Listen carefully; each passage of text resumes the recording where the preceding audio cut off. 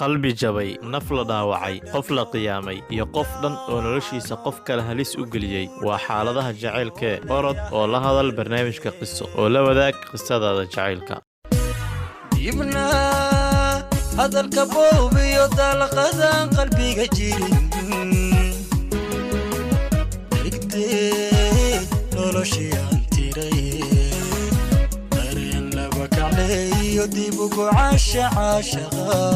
9 bilood ayaan u dhaxeeyay nolol iyo geeri oo u silcinayay oo maalmaha qaar aan awoodi waayay inaan wax cuno salaadaha aan dukado heer waxa aan gaaray aan sunta dooliga cabo iyo qasilka wajiga la marsado si aan nolosha isku dhaafiyo ayay tiri ayadoo ilma indhaheeda ay ka qubanayaan ayaan jacaylka marna waa qaraar marna waa macaan laakiin dhaawaca ugu xanuunka badan oo uu qofka soo gaaro waa midka qalbiga qofka ka gaara ayna adagta sida uu ugu bogsoodo inta aanan qisadani xanuunka badan leh gudaha u galin waxaan ka codsanaynaa inaad like muuqaalkani siina sheer gareyso si uu u gaaro saaxiibo badan oo sidaas oo kale wanaagsan qisadani waxa inala wadaagay gabar kamid ah dadka nagu taxan oo si dhab ah ay ugu dhacday qisadani xanuunka badan leh waxayna idinka dalbanaysaa inaad u duceysaan taladiina midka ugu fiican ama ku haboonna aad ku caawisaan hadalkeedana waxay ku bilowday sida tan magaciigu waa ayaan kuna nool deegaanada galmudug waxaan muddo wada soconay wiil aan iska baranay social media sida facebooka magaciisa waxa uu ahaa maxamed aniga xilligaas waxaan ku sugnaa muqdisho asagana wuxuu joogay muqdisho waxaan ka sheekaysan jirnay facebooka si walaaltinimo ah waxa uu markii dambe u ambabaxay Nairobi markaas ayuu xiriirkeena sii xoogaystay wuxuuna isku bedelay xiriir jacayl kaas oo muddo socday muddo kadib waxaan ku heshiinay inaan ismehersano meher qarsoodi ah oo reeruhu aysan ogeyn meherka kadib waxa uu iga codsaday in aan gacanta u geliyo dhammaan social media aan isticmaalo sida facebooka iyo instagramka iyo waxyaabaha kale aan isticmaali jiray waxaan ku wareejiyay dhammaan wixii aan isticmaali jiray oo social media ah Facebook iyo Instagram-kaba waxa uu qof walba oo wiila ila soo hadlo uu ku sameyn jiray in uu baloogo asagoo masiirsan ama isagoo masiir dareemay ama asagoo diidanba inuu qof raga ila soo hadlo muddo markii iyo xiriirkeena socday ayuu ninkan go'aansaday in uu u sii baxo South Africa halkaas oo uu rabay inuu ka sii shaqeysto tagistiisii halkaasi waxay ahayd burburka noloshayda iyo silaca iyo bilowday aniga mar qura waxa uu iga baloog gareeyay dhammaan meelihii aan kala xiriiri jiray waxaan waayay meel aan ka wac ama meel aan ka xiriiriyo waagi ayaa igu bariyay waxa qaldan ama waxa aan sameeyay ayaan fahmi waayay oo dhibkaas dhan uu igu geysanayo waxaan raadiyay wiil la dhashay oo markii dambe i siiyay number caadi ah oo asaga halkaas ka qaatay waan la xiriiray waxaan ku dhahay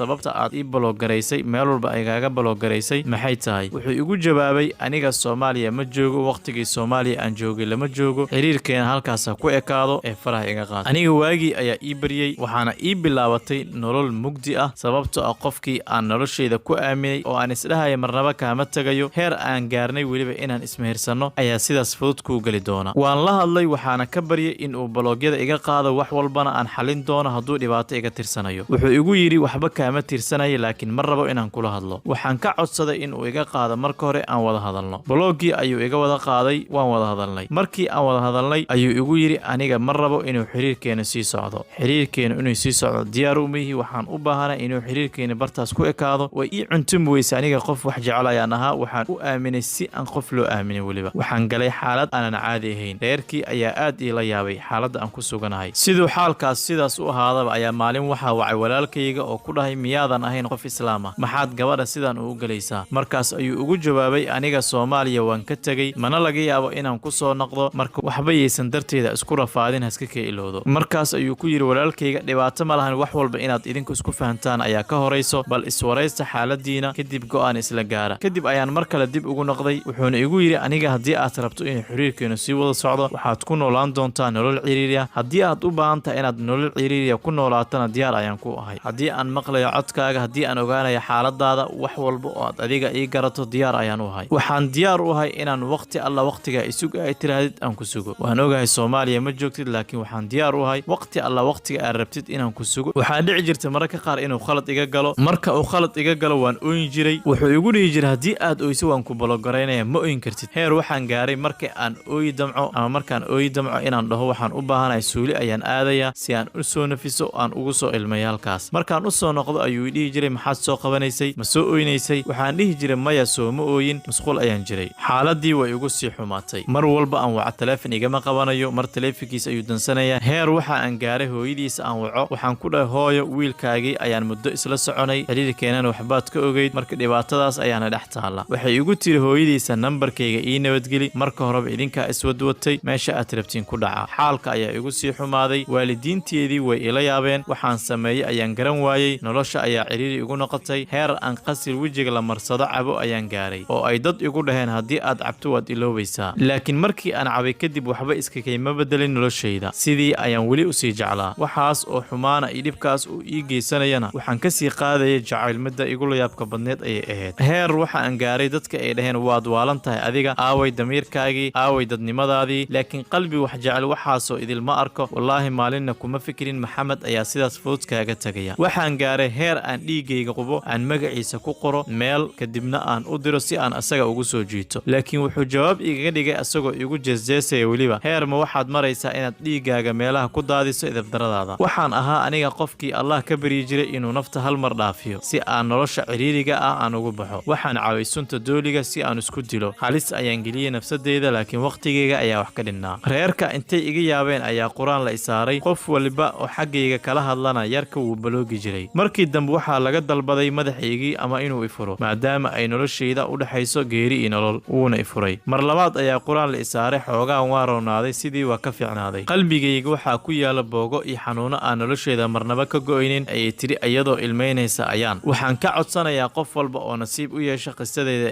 inay soo gaarto inuu ii soo duceeyo, ilana taliyo hadduu ila damqanayo. waxay ugu dambayntii hadalkeedii kusoo gebagabaysay ayaan, qalbi qofku uu jeclaado way adagtahay sida uu ku iloobo, laakiin maalin un waxaan ilaahay ka rajaynayaa inuu ituso anigoo noloshaydu caadi tahay, noloshaydana u wato si caadiya, asagana aan iloobay.